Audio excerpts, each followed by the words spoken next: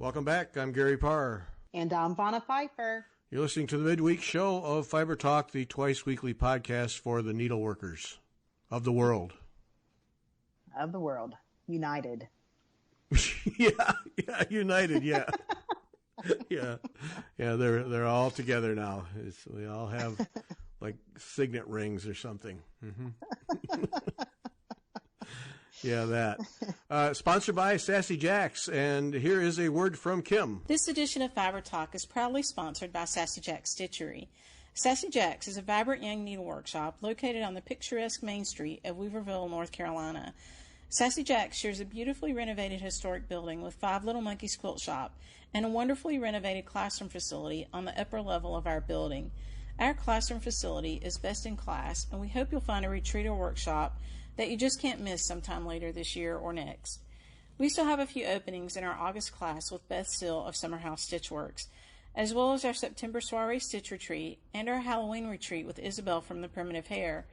Spaces are filling fast, so please give us a call to register or check out the info on our website under designer classes at sassyjackstitchery.com. We are also happy to announce that registration for our Jack's Hats 2020 workshops featuring Nicola Parkman of Hands Across the Sea Samplers will open for registration on July 7th. Please watch your inbox for a special newsletter the evening of July 6th, or look for the registration documents on our website under Designer Classes on July 7th. We hope you find a way to come visit us soon. If you can't make it to us, then visit us on Facebook or Instagram.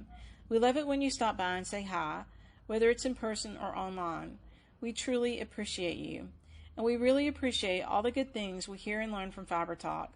We are super proud to be a sponsor of this wonderful resource of stitching goodness. Thank you, Fiber Talk, for giving us some stabby pokey talk twice a week. Kim and team at Sassy Jack Stitchery. All right, thanks, Kim. Okay, next time we're going to have a fresh one from Kim. I'm going to bug her. We're going to get a fresh, new recording from Kim. So we have, and just a reminder, we have the Queen's Sampler Kit that you can get at a discounted price from Kim. Contact her for that. And then we have the Sampler Sunday from June 23 Sampler Sunday, and then the one we did just this past Sunday. You can get 15% off of any of those kits. Just the samplers we mentioned now. Not everything in the store, not all the samplers in the world, but just the ones we mentioned. For those 2 Sundays, you get 15% off, and you use the code FiberTalk15. So if you order online, FiberTalk15. If you call the store to order, you have to use FiberTalk15 so that you'll get the 15% off of just the samplers we mentioned. So, yes. Yes. That was fun show. I thought it was. I thought it was a fun show. Yeah, I enjoyed doing the video. Did you?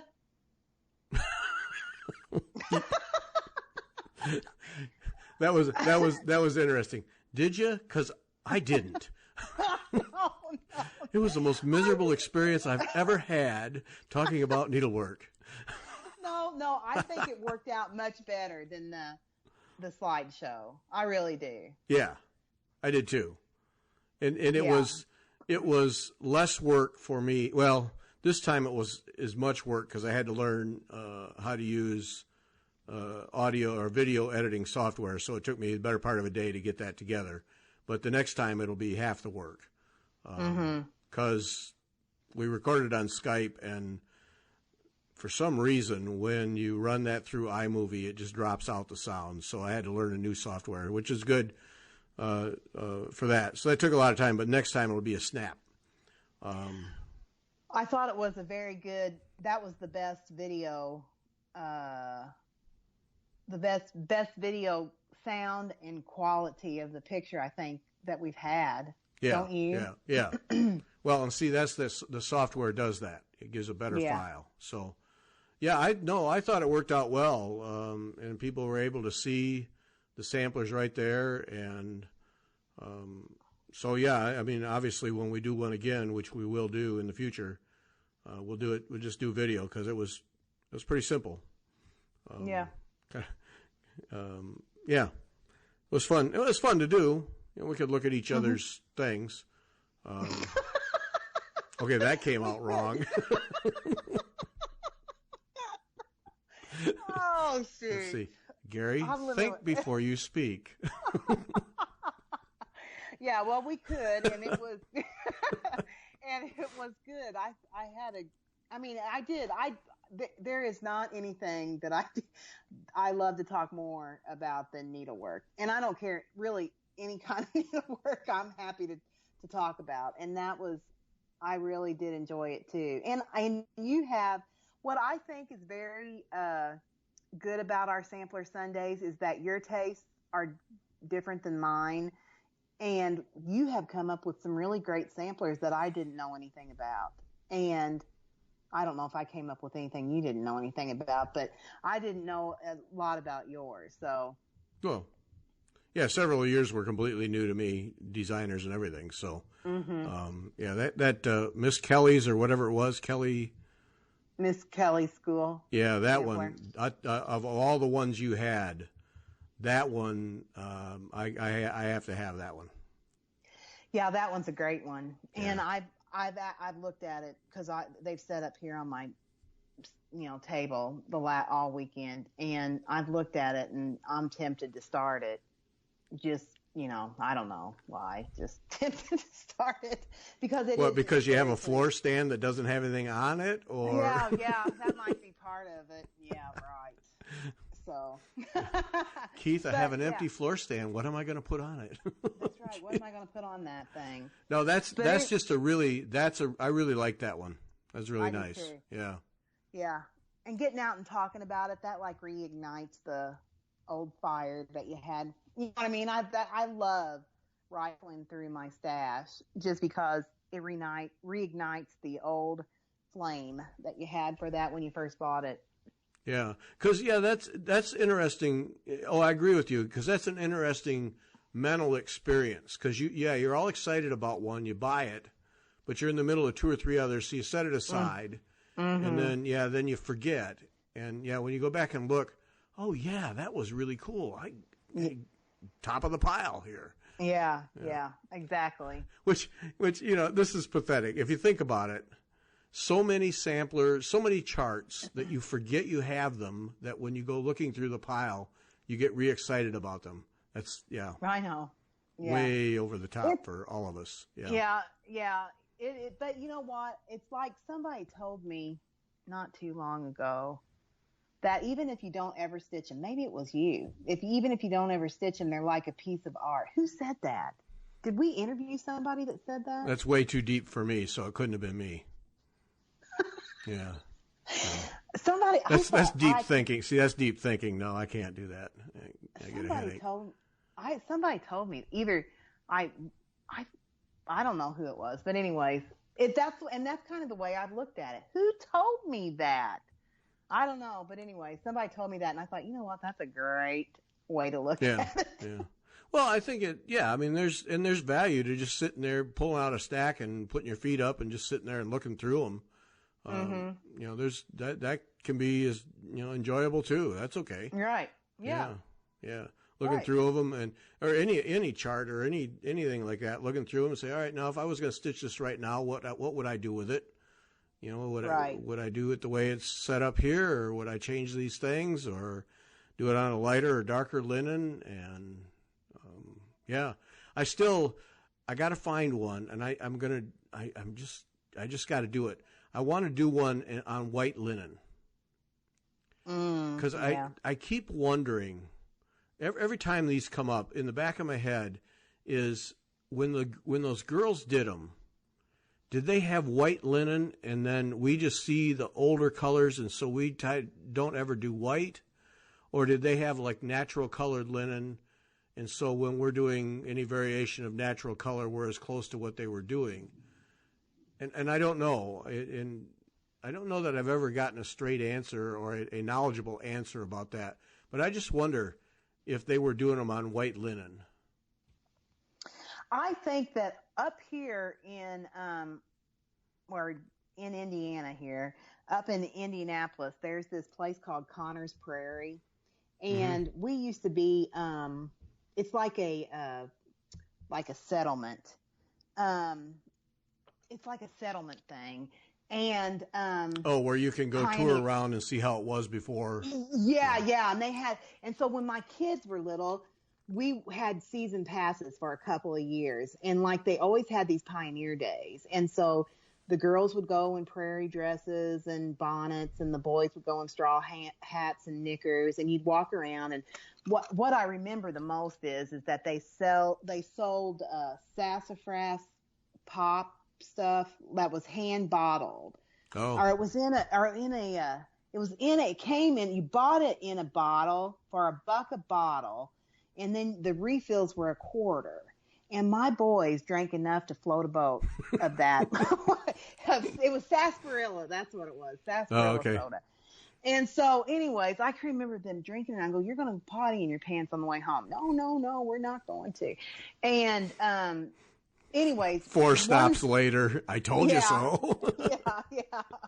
And so one summer when we went up there, they had an antique sampler needlework, like show in the visitors center part museum thing that were all Indiana schoolgirls, not reproductions, but antique samplers. Uh-huh. And, they said, if I'm not mistaken, they had planted flax that spring or whatever, and in the fall time, this was like a fall time, and they harvested that, and then they took that flax, and it's it's like a kind of looks like wheat, kind of like stalk of wheat, and they would beat that, and those fibers would pull apart from that stalk, and they said that's what they wove linen.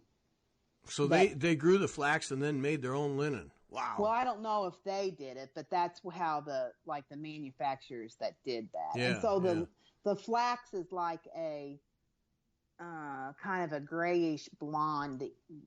It's not white. But to get white, you bleach it, I think, is what they were telling. Right. So, anyways, I imagine it was probably had some color to it. Yeah, most of them, yeah. Yeah. Because like linen that's made in Ireland or wherever, I mean, I've seen pictures of them putting linen out in the sun to bleach it. Yeah. I don't know. I just think a sampler, it would be interesting to do a sampler on stark white linen. Yeah. Just a different thing. Right. Yeah, it would. It would. I mean, I'm trying to think, have I done something on stark white linen? No, I don't think I have. I'm going to have to go look. When we hang up. Well, that'd be interesting. Mm-hmm. So that's kind of one of my things. I'm going to find one where I'm just going to say, hey, this one's going to be DMC on white. We're going to see what happens. Yeah. That'd be cool. If it was very colorful, that would be beautiful. I think it would be fun. Yeah. Yeah. Yeah. Of course, the other way would be 40 count black. No. No, that would be suicidal. Yeah. Yeah, that would be. No. So that was Sunday show, and then boy, I cannot get Teresa Baird's Georgia sampler. That one I'm going to have to own, I think. Well, I thought you had the Georgia sampler. No, I just had a picture of it. No, I don't have it. Oh. No. I thought you got it. Nope. Should have. Well, have you had on Facebook yesterday? She had a progress picture of her Virginia sampler. Yeah. And did you see that? Yep. It's beautiful, isn't it? Mm-hmm. Yeah. I will say this: the one that I have always been drawn to is the Cincinnati one. Yeah, I think the Cincinnati one I've always been drawn to. And if I had a reason other than their chili, because isn't it Cincinnati chili? Yep. Oh yeah. That's I don't get to Cincinnati very often, but when I do, I eat chili. You bet. Yeah. If I had any other, I don't know anybody from Indiana. I don't know anybody from. I do know people from Cincinnati. I'm a hermit. I don't have any family that's from there or anything like that. I've only been there for Kings Island. I went there several times in my lifetime to go to Kings Island, And then that's it, really. I've driven through it. That's about it. Yeah. So. Yeah. Well, that one, that design, the Cincinnati Queen City design, she really has a knack for designing those things. Yeah, it's fun stuff. And several people have really commented on the Georgia one. So yeah, I believe that was one of the hits. She was one of the hits for this last Sampler Sunday. Yep. I'm thinking the next one. See what you think about this. Now, folks, this is not previously planned. Well, wait, is anything we do previously planned? No, not really. That's why I was laughing. So why am I calling that out as something different? Because it's not Quakers. Yeah, I've thought about that myself. Okay, entire show about Quaker samplers.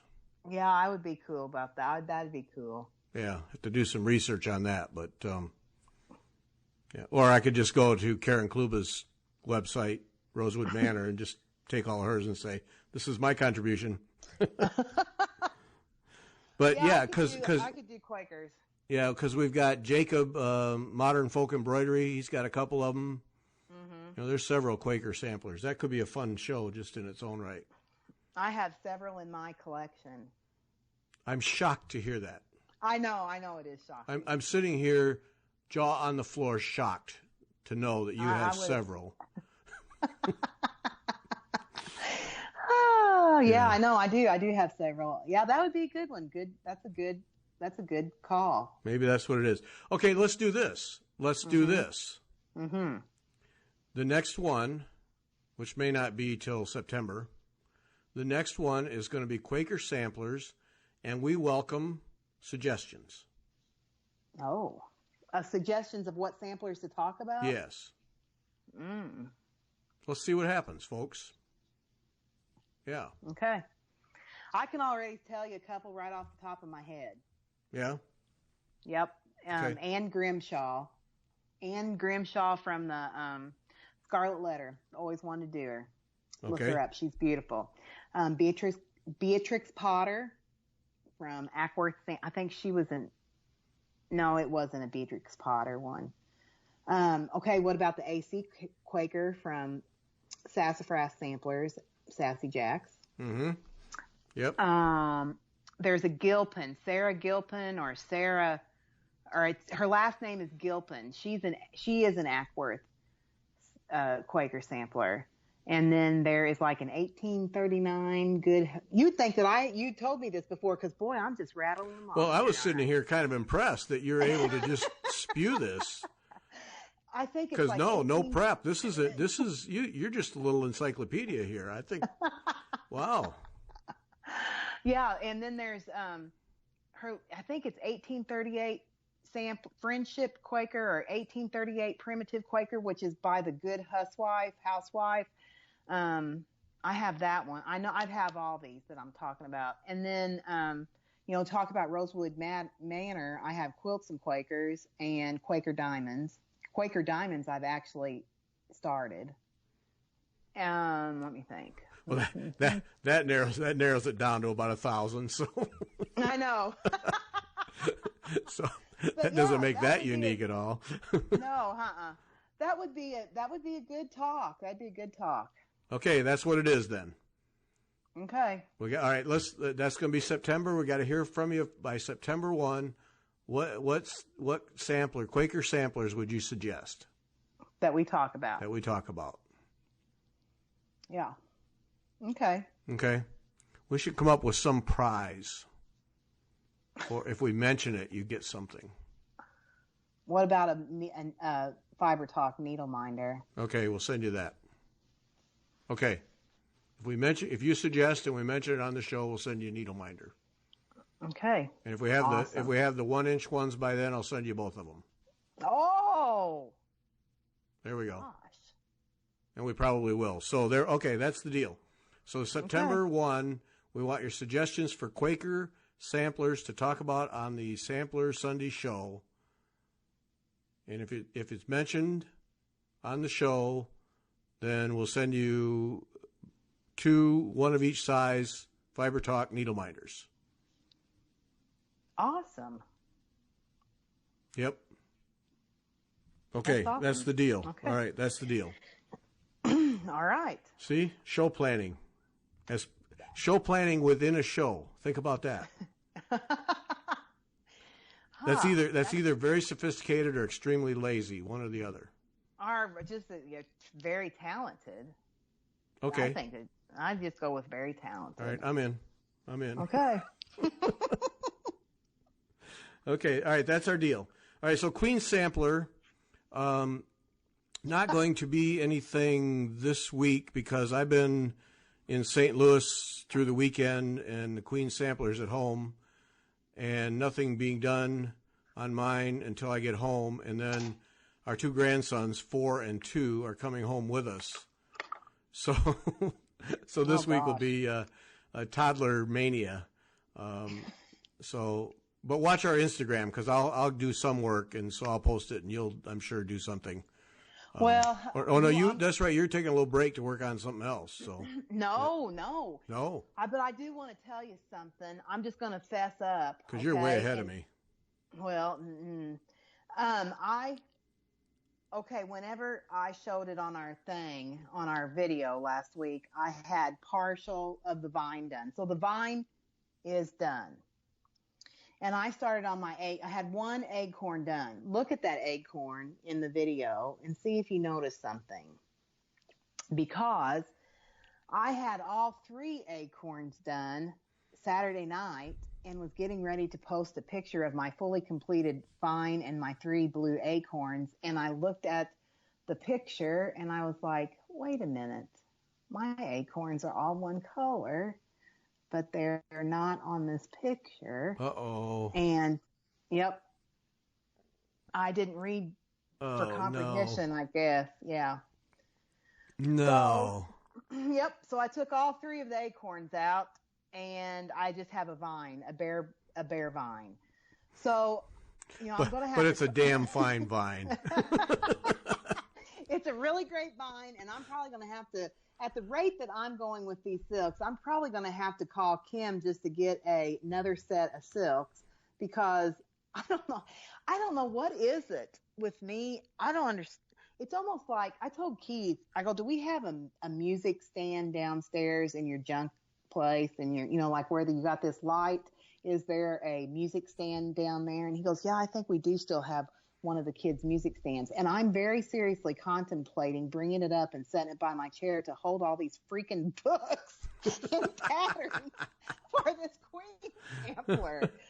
Because I look at it and it's hard to fumble everything. That's a real drawback is like looking at one thing and then looking at another thing and then am I supposed to do this or that or you know what I mean? And I didn't read well enough and it's my own my own fault. So I am definitely putting out the old 11 by 17 centerfold of that Queen Sampler. I'm going to tack it to my wall and look at everything before I stitch it because that has happened to me twice so far. So, and I even read the freaking acorn thing twice and I did not see that it's very clearly written. I don't know what my problem was. I don't know. It's very clear, but I messed it up. So and then you had to tear them out. Oh, that had to hurt. Yeah. Oh. And the vine, I'm going to be honest with that. I tore out a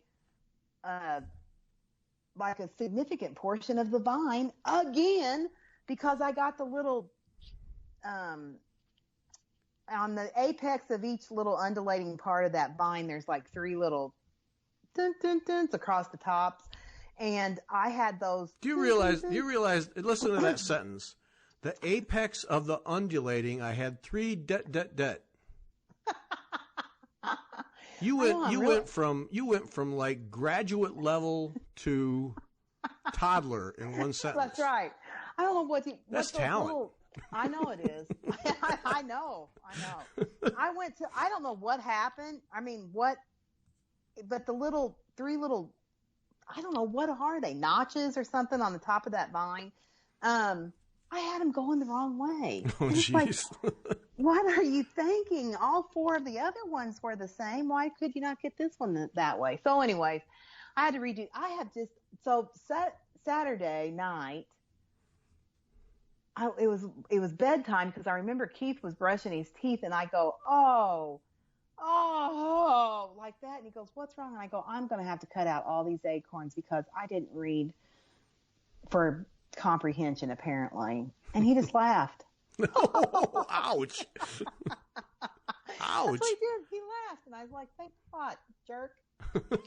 So anyways, I sat there, and he got in bed, and I just sat here and plucked them all out, all the threads out, and he started snoring before I got done. So he checked out on you. Yeah, he didn't care. I go, do you care if I cut these out? Because I go, I won't be able to sleep if I know they're wrong. And he goes, oh no, I don't care. And so out. Yeah. Oh man. Wow. Ouch. I know I've had a really kind of a, I don't know. I've done good. I'm proud. It's like what I said. I am proud of myself.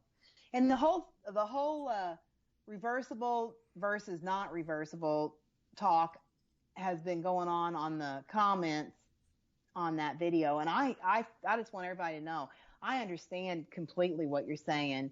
And I would not be doing it reversibly, I don't think, unless, but the reason I am is because I feel like I'm being held to a higher level since I'm going to share this with the world every so often, and I feel like I need to do that. But I will say I'm not upset that I'm doing it reversibly because I'm learning a lot. It does take a long time, don't you think, Gary, to do it reversibly? Oh, yeah. Well, see, I never intended to do it reversibly, but then once you started, I thought, well, all right, I got to get in the game.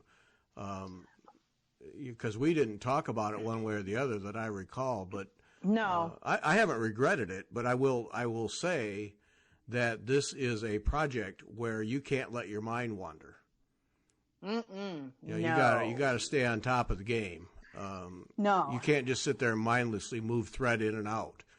No, you got to stay with it. So, or you end up doing what you're doing, which is redoing acorns. Ouch. Over and over and over and over. I've probably done 20. Well, no, I have probably done, because to be full disclosure, I've had another acorn and that was all blue, but I had started it too low on the branch. No. So then I had that. So I had to rip that. I didn't notice that until I got done and was sitting back looking at it. And I was like, well, you idiot, that's not where the acorn goes. And it's like, what am I thinking? I'm like, so it's been an exercise in patience for me. But I will say that, I got through Jesus, and that was my first lesson in patience, was that. And so I am pretty patient about it. I just rip it out. I probably am not too happy when I'm ripping it out, but I do rip it out. And I'm ready to go again tonight. So I've got I had my Quaker thread organizer. Yeah. And I got that in the mail a week ago, I guess. And so last night I threaded up all the 2-color blues and stuck the needles in my Quaker organizer. So tonight all I have to do is sit down and go to town. All right. All right. Well, I'm not, I've been through a couple of iterations here, just getting the cross stitch reversible, but, I just look at it. Hey, to learn this, and I have 2 other samplers, 2 hands across the sea samplers that are reversible that I want to stitch reversibly. Mm-hmm. And, I want those 2 reversible. I mean, I want to be able to finish them and frame them reversibly. Mm-hmm. So you can see both sides. And so, here's a way to learn. Here's an opportunity to learn, and on a somewhat smaller scale. And I think it's worth it. I'm in this to expand my skills and horizons. And I mean, nobody ever said it was easy. We haven't kidded each other that this is an easy one. It's not. But no. But I think it's worth doing. For the skill and talent level, and you get it done and it looks at least reasonably good, if not darn good, then look what you have. Right. Yeah. So. And I think that I didn't know that you had no intention of stitching No, reversible no. though. No. If I would have known that, then I would have been like, yeah, well, I'm not going to either. No, I wasn't going to. I thought, wow, Vanna. I was really kind of surprised when you first let it be known that you were doing it. Okay, all right, I'll buckle up. Here we go. I didn't realize it. I did not realize that you. I thought you were like the master stitcher and was going to do it reversibly. And I thought, well, I can't look like a pud knocker. I have to look like I'm a good stitcher too. No, I was going to bang out that top row in a couple of evenings and move on to the next thing. But all right, Vanna, fine. Here we are, 3 weeks later, still on the vine. But anyways, well, I will say it's beautiful. I do. I mean, I'm sitting here looking at it right now, and it is gorgeous, and it's going to look gorgeous with every row we complete. It's going to look better and better and better. Oh, and speaking of how I'm going to, we talked about rolling it versus wait until the end and all that stuff. Guess what? I figured out this week. And since mine's on roller frames, right? Right. Roller frames have sidebars that go up to 28 inches long. Uh-oh. Mm-hmm. Uh-oh. Yep. So I have decided that the largest sidebars I have in my possession right now are, I think, 12-inch ones. And so, wait a minute, it's the ones I have on here. Oh, I've only got 10 inches. So I think what I'm going to do is I'm going to get like a 12 one, a 15. And how long is the queen? Do you know? No. I don't. No, I don't know. Well, I'm going to figure out how long it is. And I'm just going to get sidebars, and then that way I won't have to roll it. Ooh, that's impressive. Yeah. But now working on the top, isn't the bottom going to be kind of in the way of your No, I'm just going to change them as I go. I see. Oh, brilliant. So I'll always be working on the bottom. Oh, brilliant. You're just, So I'll never have to roll the top. Look at you. I know, pretty doggone smart, aren't I? I'm thinking okay, that. Yeah. 30. Okay, see, and it will clearly work because on a 36 count, it's 7.5 inches by 21 inches. So see, easy. Oh, look at you. Yep. Okay. That's brilliant. Makes you want to buy some roller frames, doesn't it? Thinking about that, yeah. Wow. Yep. That's good. Bravo. Yep, I'm gonna do that because I was thinking, well, I wonder how long the sidebars come.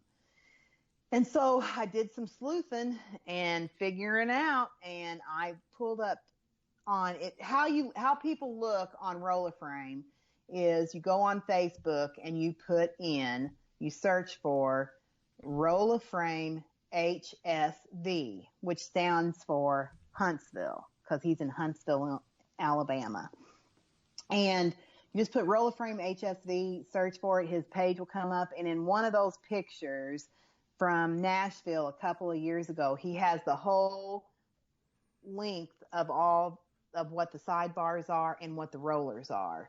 And they go up, I think 20, maybe even taller, but I think 28 inches is how wide the sidebars go.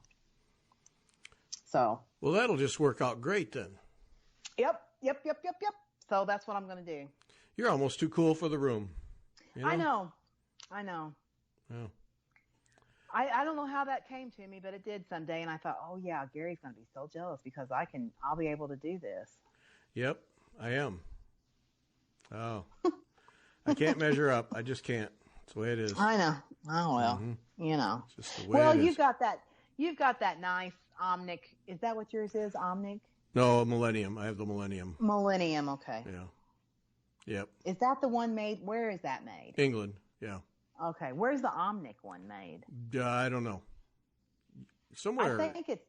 I don't know. I really don't know. I think it's. Is it a Dutch one? No.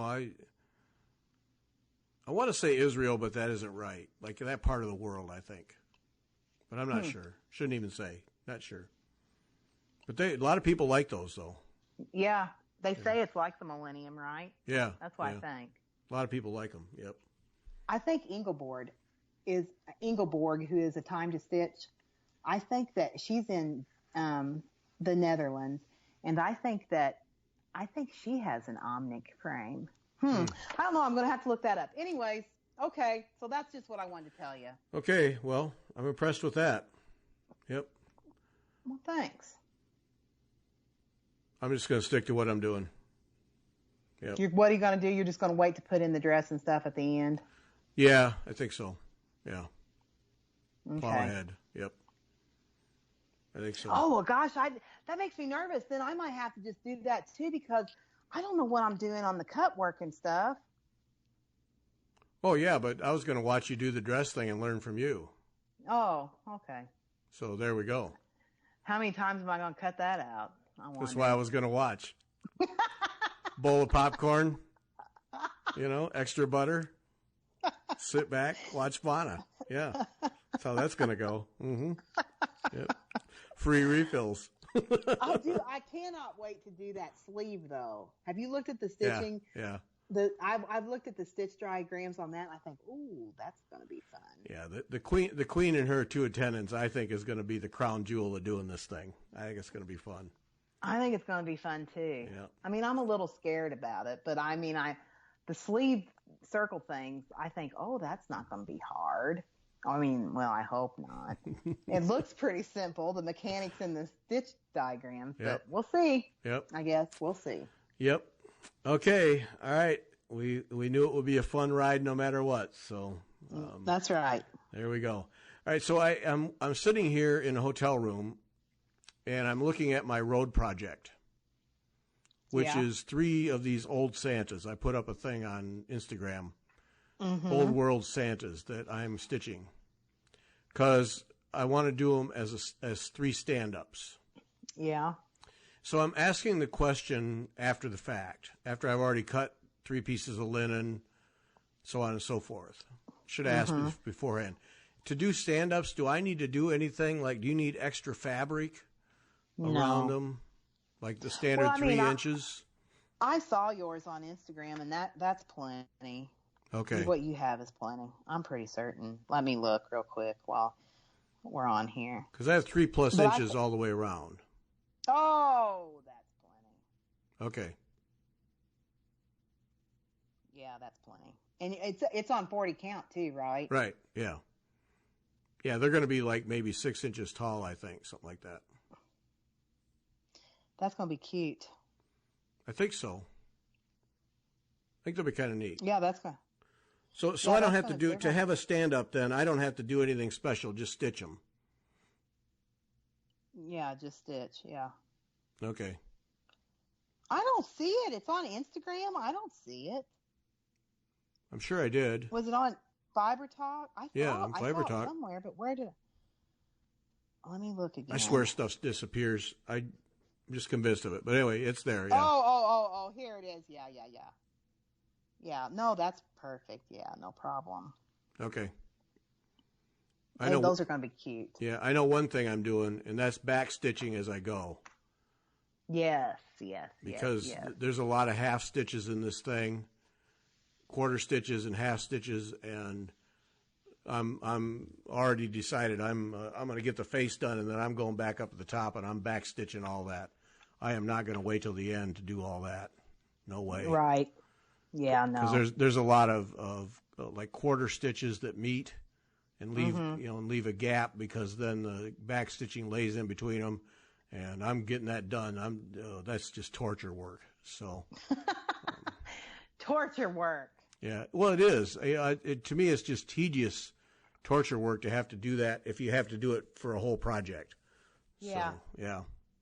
No, I'm doing it as I go, because normally I'll wait till the end, but nope, going to keep up. Not going to do it. And this is, there's a lot of subtle shading in this thing. They're very beautiful. They're old. What was that? Oh, I never did. That's right. I didn't. I posted, and then I wasn't able to say what that was. It's Cross My Heart Inc. was the publisher. And the designer's Melinda something. Huntsville, Alabama, 1989. Cross My Heart, Inc. was the designer of this book of these things, all kinds of Christmas things. But Melinda something. Anyway, I don't think you can buy it anymore, the chart. Melinda Blackman. Cross My Heart was really kind of a popular. Yeah. Yeah. And it's interesting because this one I got 25% off because there's a big old sticker right on the front. But I just like those old Santas. I think they're neat. And, they are pretty. Yeah. They're Belsnickels. I think that's what you call them. Yeah, one is Belsnickel. Let's see. One is St. Nicholas.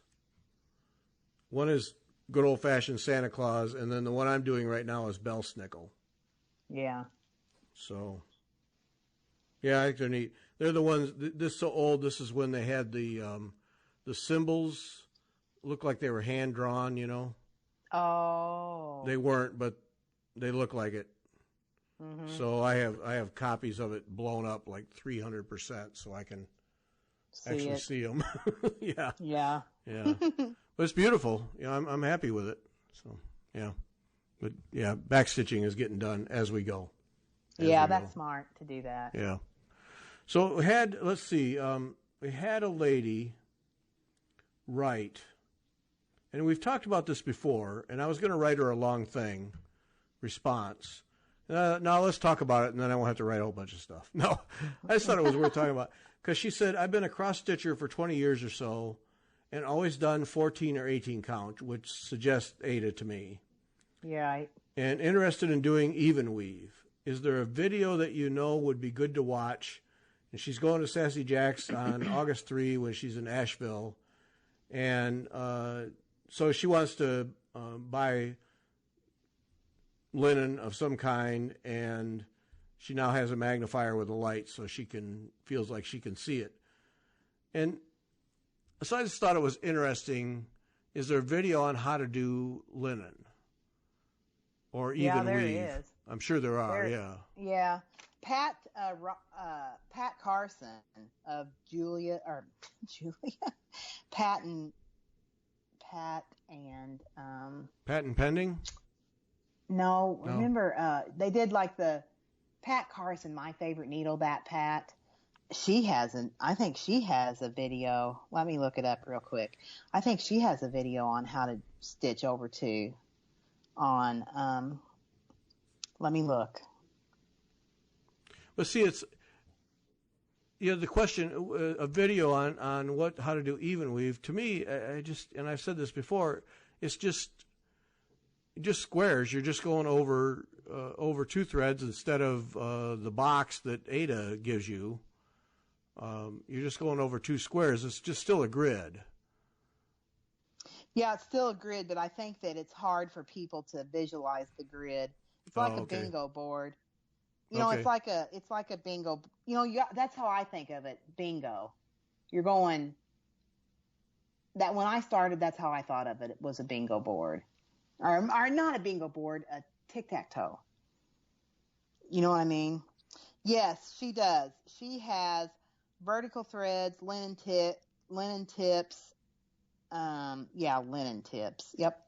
Pat Carson. If you just put in Pat Carson cross stitch on YouTube, she shows you how to do, count your vertical threads, how to thread a needle, how to do vertical threads, linen tips, nun stitch, and the palestrina knot. There we go. That's it. Okay. So the tic-tac-toe, that's interesting. Because to me, it's, if you're going over two, it just means that there's an open hole between where you go up and go down. Right. Yeah, you just jump a hole. Right. I just think of it as a tic-tac-toe board. Okay. Yeah, I mean, it's to me the only question, if you're going to do linen, is not the grid. It's whatever your thread count is.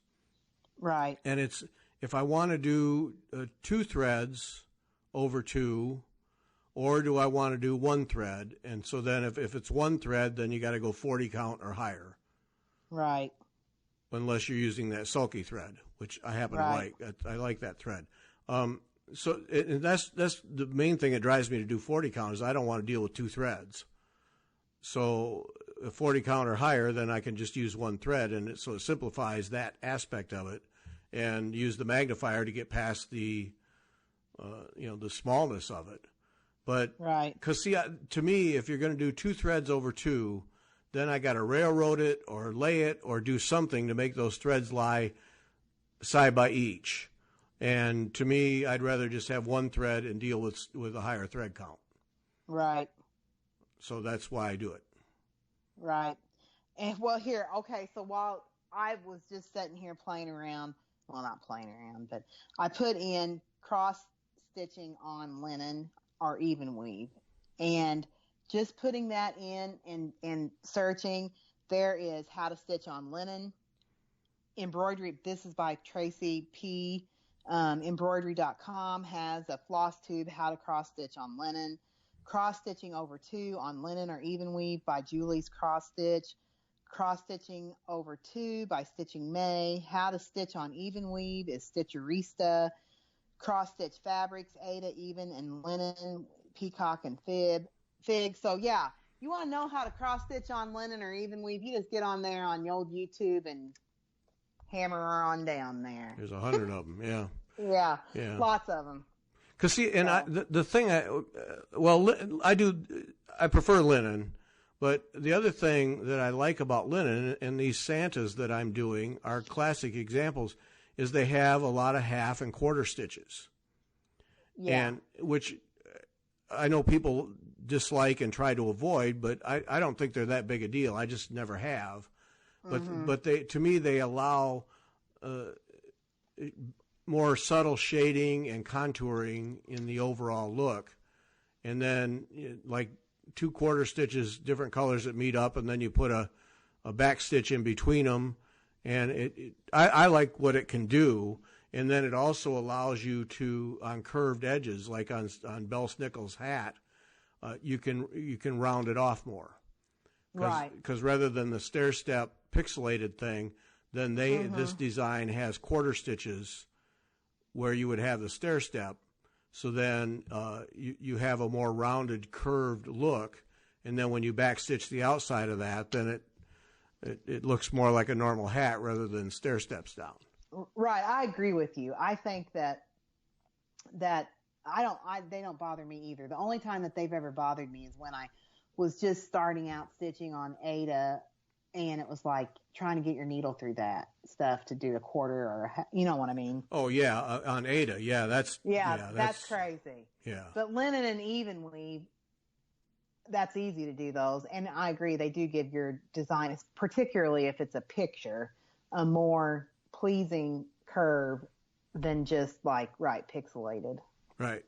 And I don't understand, like if I were doing one that did not call for, like if you're doing a picture where there are curved edges, if you're doing that and it does not call for quarter stitches, I would still throw them in.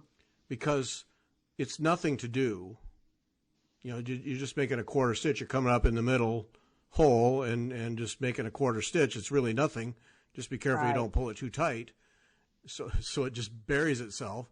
But that would fill in that stair step and give a much more curved look for anything.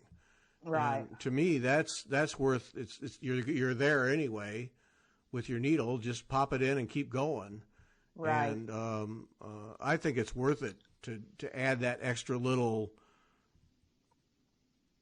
I don't know what you call it, certainly a different level of look.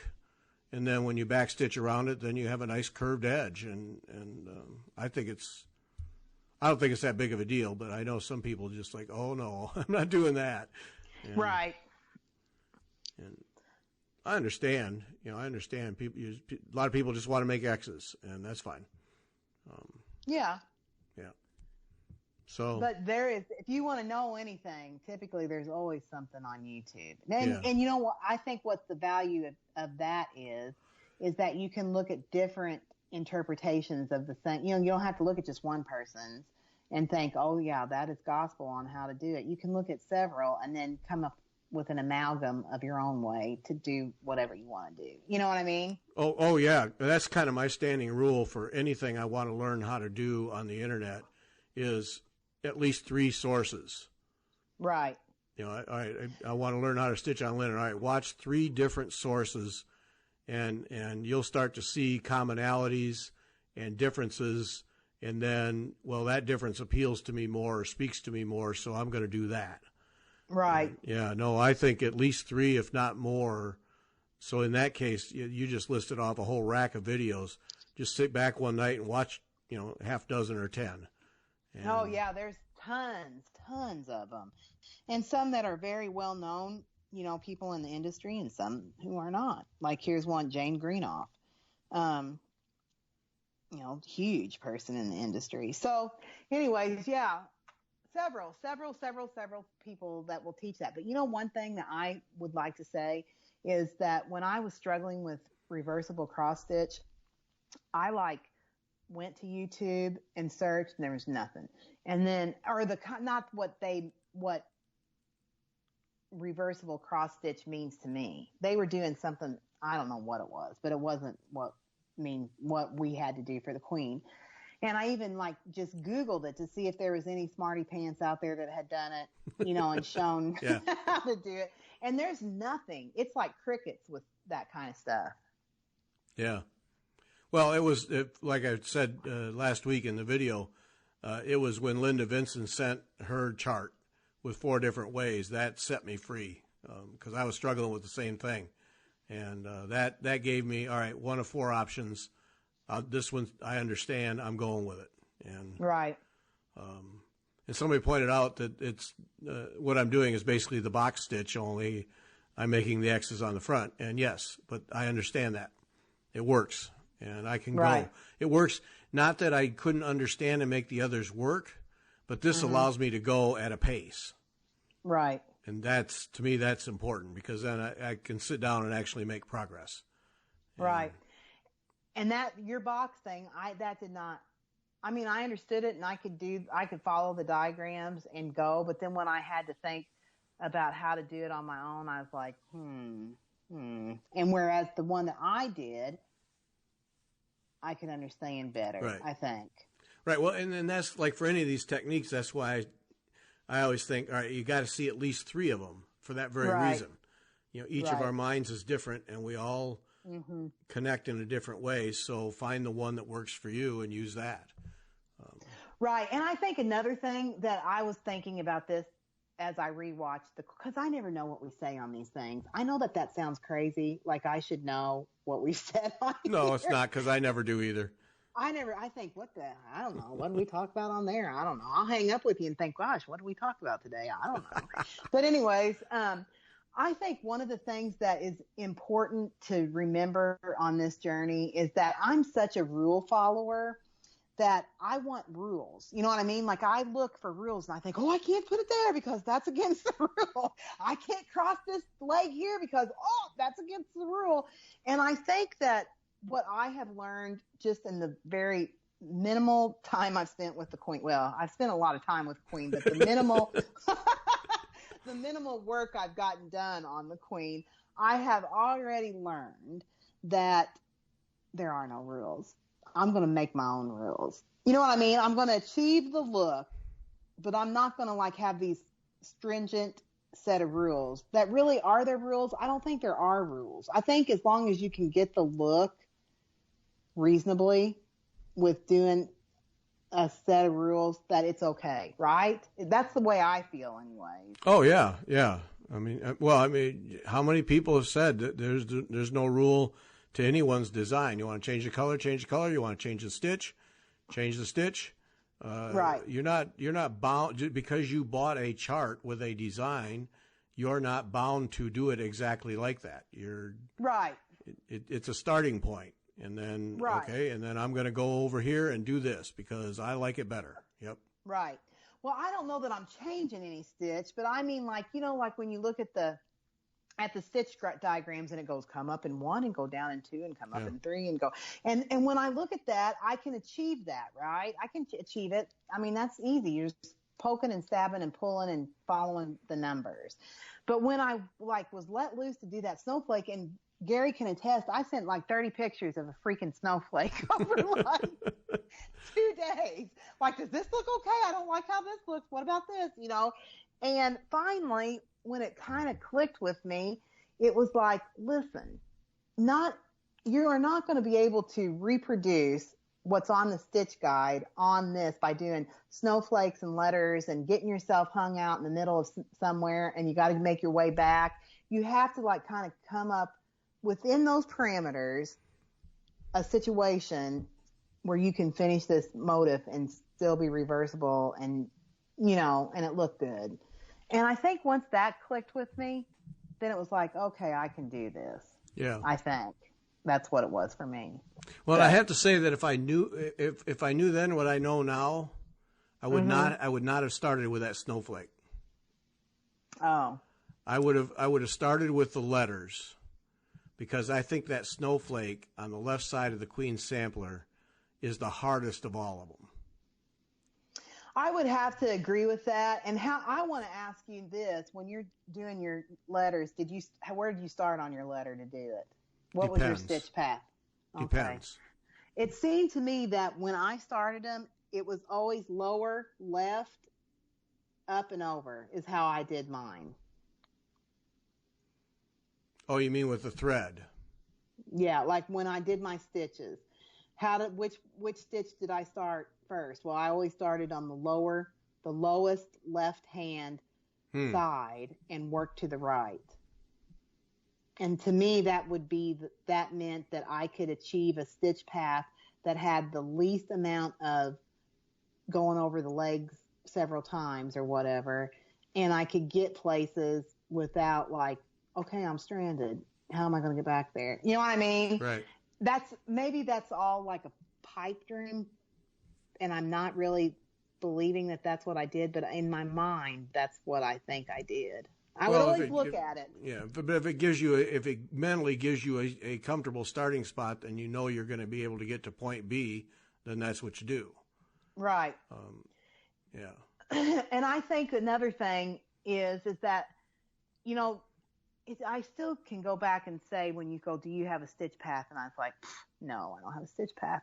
But I mean, I did. You said I sit and look at a motive and I think, how am I going to execute that? What is my plan of action? And I can remember thinking in my own head, that is crazy. Why would anybody do that? But but that is true. I found myself sitting and looking at it and mentally thinking, how am I going to approach that letter? How am I going to approach this letter? How am I going to start and stop? You have to. And and when I did that, it went much smoother. When I just started going with my Von away, let's just go and conquer this, full steam ahead.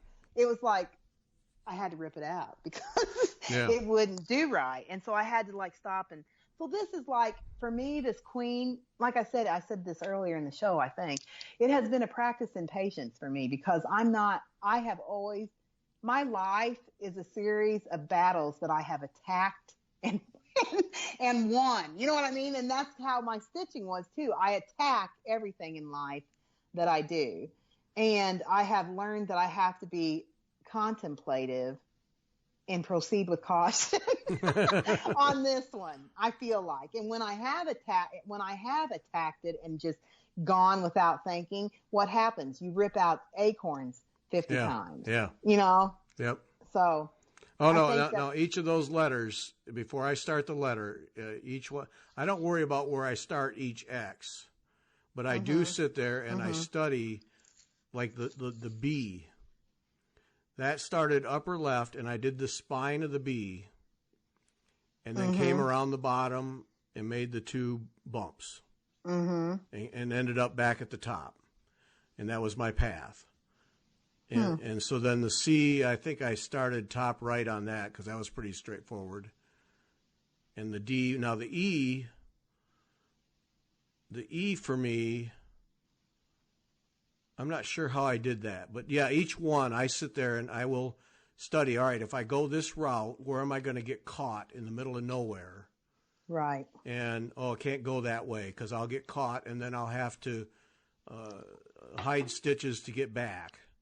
Right. Yeah. So, no, I map that out, but I do that for all of them. I do that even if it's just basic cross stitch, on a standard reproduction sampler, a motif. I'll figure out, especially if there's 2 or 3 colors, then I'll say, all right, I'm starting here and I'm doing this color, and I'm going to follow this path, and then I'll come back and fill in with the other colors.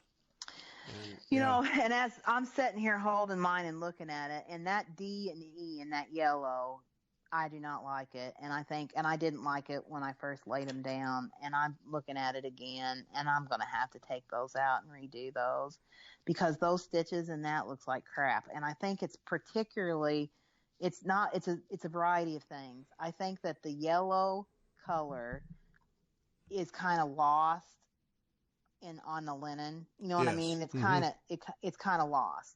And then second of all, I don't know if this is just me, but I felt like some colors of the soie d'Alger was thinner stranded than the other ones. Did you feel like that in any of them? And I felt like the yellow was a little bit stringier or something, not as fluffy maybe as some of the other colors. And because I thought that red was kind of that way too, but I felt like green and the blues, I felt like the greens and the blues were more hardier type strands of silk. Well, see, now, and I feel like the yellow, and I got to go back and look, because I'm not happy with my yellow stitches either, and I've thought about tearing them out, but I thought that they looked fatter and more raised than the other ones. Oh, really? See, I like my stitches to look fat. I mean, I think I like them to look plump and floaty, and I feel like my gold looks plump and floaty, and I feel like my greens, my A and then my Q and my R look plump and floaty. I think the blue is the best one. The S and that little diamond, that's the best one in that whole row. But I'm thinking that I'm going to have to take out the B, C, D, and E. Mm-hmm. I don't know. If I could sit here and talk myself into it, I could probably rip out the whole line and start over. But but the other part is, hold that thing 8 inches away from you, not under the magnifier. Right. And when you do that, they look fine. Yeah.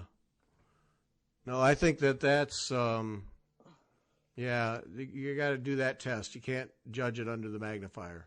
So. But then I think, but see, this is okay. So this is another thing, if I take it to the fair, I'm going to get dinged on those. And I know I am. Yeah. And I kind of, if I get it done, I kind of want to show it off because I think that it's like, wow. I mean, mine's not wow right now, but I mean, Linda's is wow. Yeah. And I hope that mine is a resemblance of Linda's. And if it is, I'd like to share it. I'd like to show it. So I'm trying to be as meticulous as I can because in my head, I want to say that I will take this to the fair. Oh, you got to take it. You got to take it to the fair because we got to hear what the judges say. Oh my God, that would be. I mean, if it was like the judge this year, it'd be like, that's cute. I mean, I don't know. I would really like to take it up to the state fair. If I get it done, maybe I need to say that right here on Fiber Talk right now, because our state fair is next week, and we're going up because Ellie's showing in the state fair. But I would like to, if I would get the queen done next year by turn-in time, I would like to take the queen to the state fair. Yeah. And I know that the judges up there are like serious judges. You know what I mean? It would be really interesting to hear what they have to say. Yeah. Yeah. Like, what in the hell are you doing with the needle and thread, woman? Give it up. No, I think it'd make them stop and look, and especially if you have the backside open. Right. Yeah. No, I think so. It'd be interesting to hear and talk about what they have to say. Yeah. Yeah. If I get it done, which I think, don't you think that we could get it done in a year? I mean, we're not like racing on it, but don't you think? I feel like I hope so. It's going it's going a little faster than what I thought it would. Yeah, to be honest with you. I would think within a year we'd have it done. Yeah. Mm-hmm. Yeah. Okay. Yep. Well, if we did, I would. If we do, that's what my goal is. My goal is to have it done by fair time next year. Okay. That'd be worth it. Okay, we're calling it right there. All right. Okay, Sunday, Deb Yoakum, editor, owner of Punch Needle and Primitive Stitcher magazine. Yeah. That was a good one. Vanna was with me on that one. Good conversation. So that's Sunday. Mm-hmm. Mm-hmm. Go to Sassy Jack's. Get your Queen samplers. Get your 15% off on the samplers we talked about the last 2 sampler Sundays. Thanks to Sassy Jack's for sponsoring. Thanks for listening. Bye-bye.